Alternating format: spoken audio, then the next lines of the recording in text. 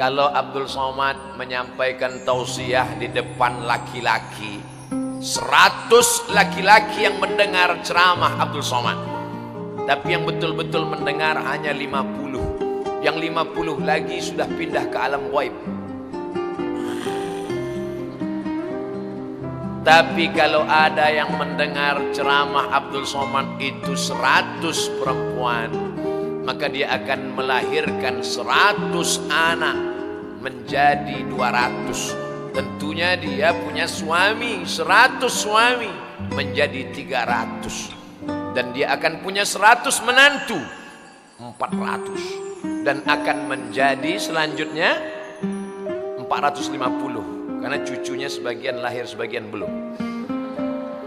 Dari 100 perempuan, maka akan lahir generasi 500 ribu. Oleh sebab itu maka kalau mau mendidik bangsa, betul kata-kata hikmah bukan hadis Nabi. An-nisa imadul bilad. Pemimpin perempuan adalah tiang tonggak negara. Idza salahat salahatil bilad. Kalau perempuannya baik, maka insya Allah negeri ini akan baik. Wa idza fasadat, tapi kalau perempuannya rusak, fasadatil bilad, maka negeri ini pun akan menjadi rusak.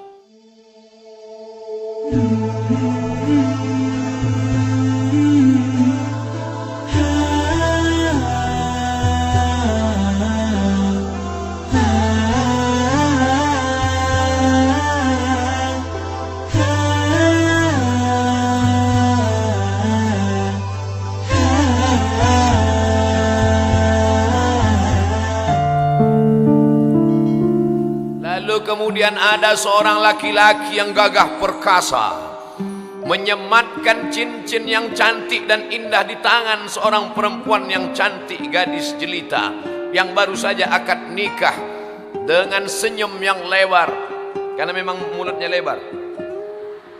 Aku terima nikahnya dengan mahar sebentuk cincin emas berlian permata bertahtakan zamrud katulistiwa tunai.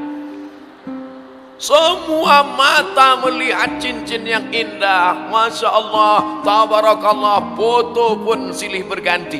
Tapi orang tidak satu pun mau tahu bagaimana proses cincin itu, batu itu. Bagaimana cincin itu adalah emas, dan emas itu dari pedalaman sungai di Kalimantan. Mereka mengambil tanah liat, dimasukkan ke dalam kuali, diputar di sungai untuk memisahkan 3 yang kuning. Kuning tanah liat, kuning emas, dan kuning satu lagi.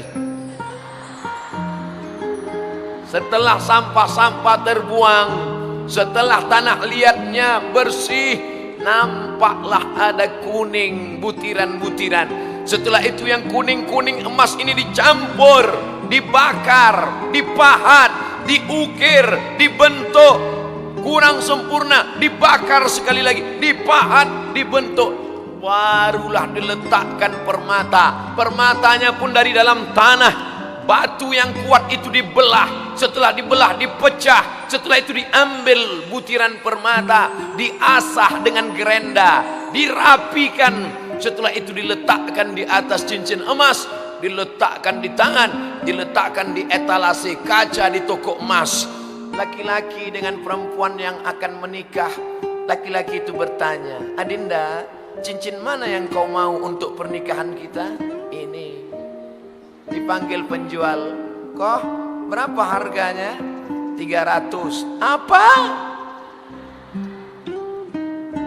Orang hanya tahu hasil akhirnya dan tidak pernah mau tahu bagaimana prosesnya. Begitu juga dengan pondok modern Gontor Putri Mantingan 1 dan 2. Ketika sekarang Ustaz Abdul Somad datang melihatnya, wow, amazing, luar biasa. Tapi bagaimana proses para kiai perjuangan mereka dulu. Oleh sebab itu maka datang kemari adalah Abdul Somad ingin melihat bagaimana proses-proses. Semuanya berproses. Manusia ini pun proses.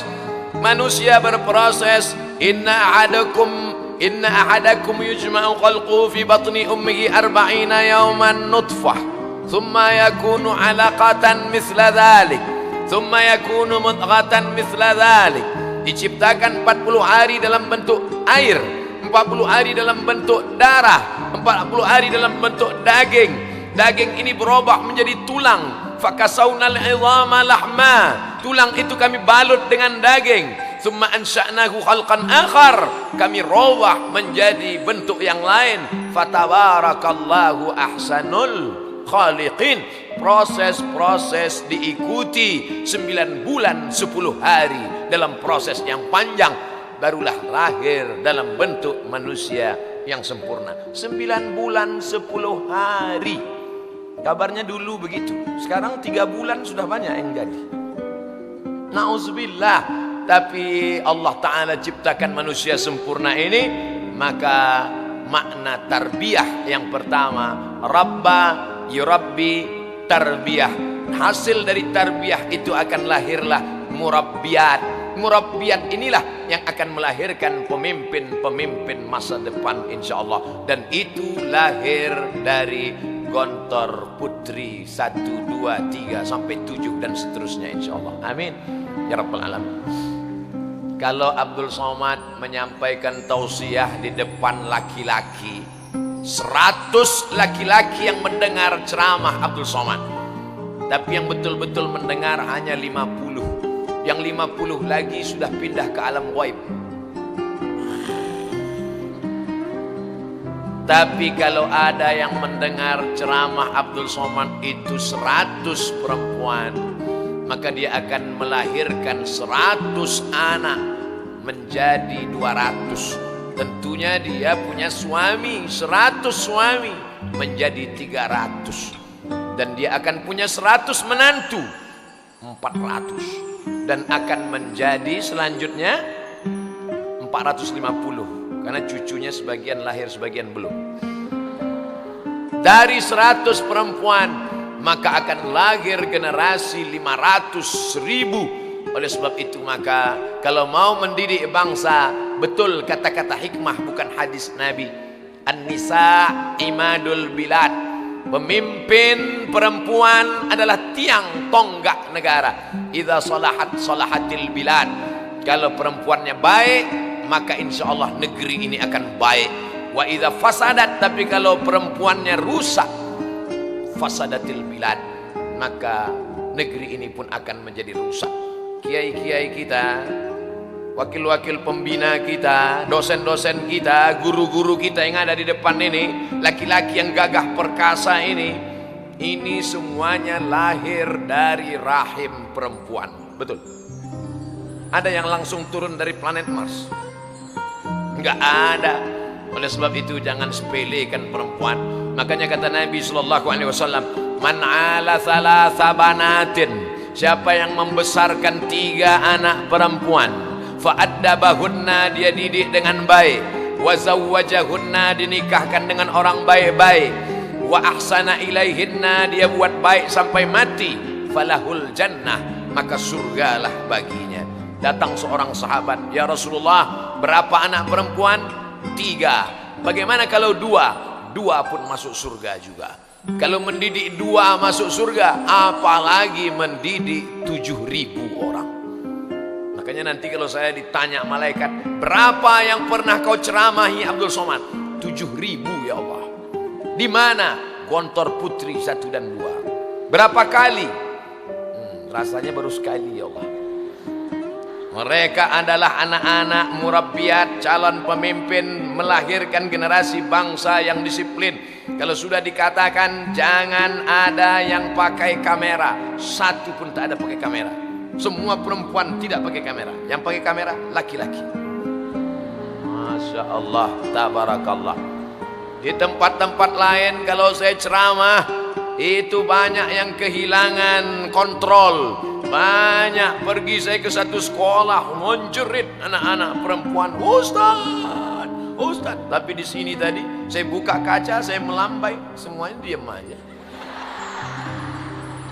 Dalam hati saya, kena kau sekali ini Abdul Somad. Ente hari ini masuk ke tempat murabbiyat, bukan cheerleader.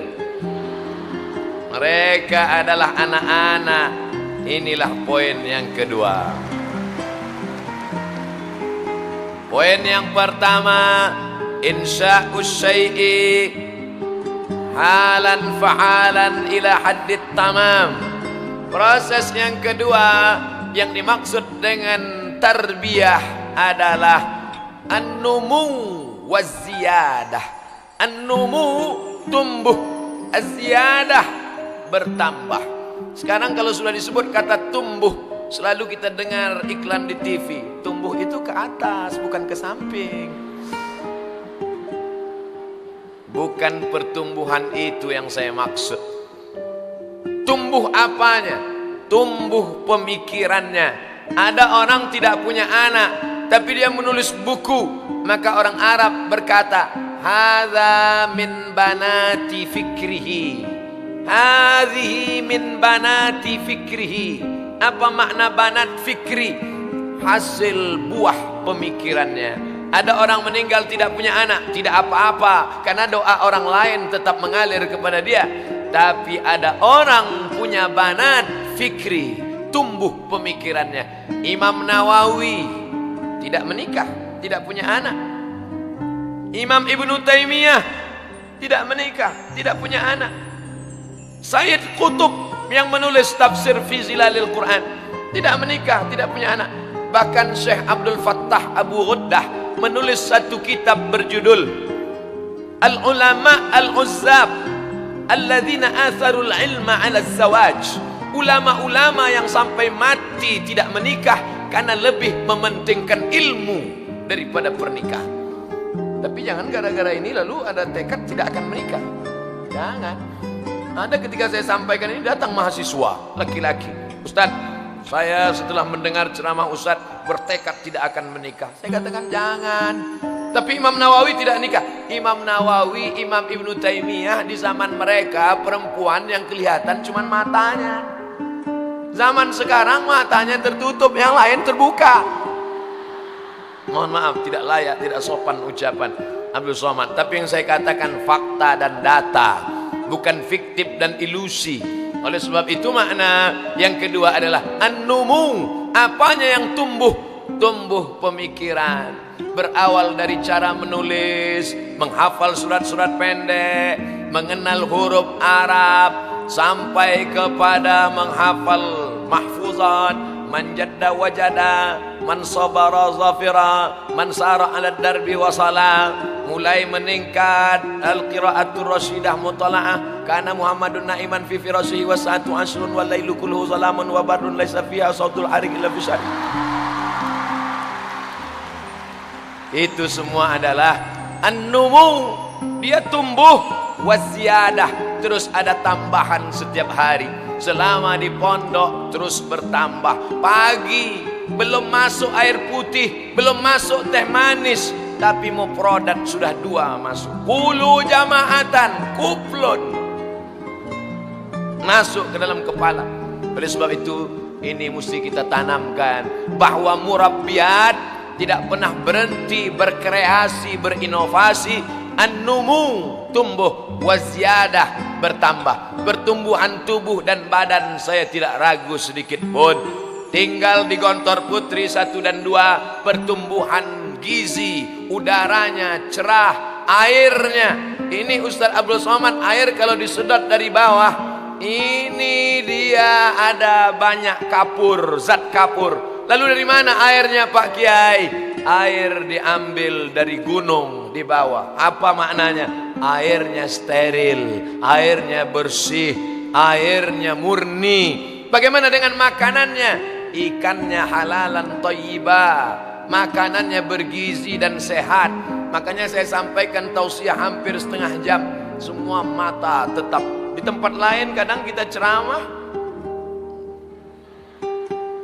kita bicara bumi, dia sudah naik ke langit.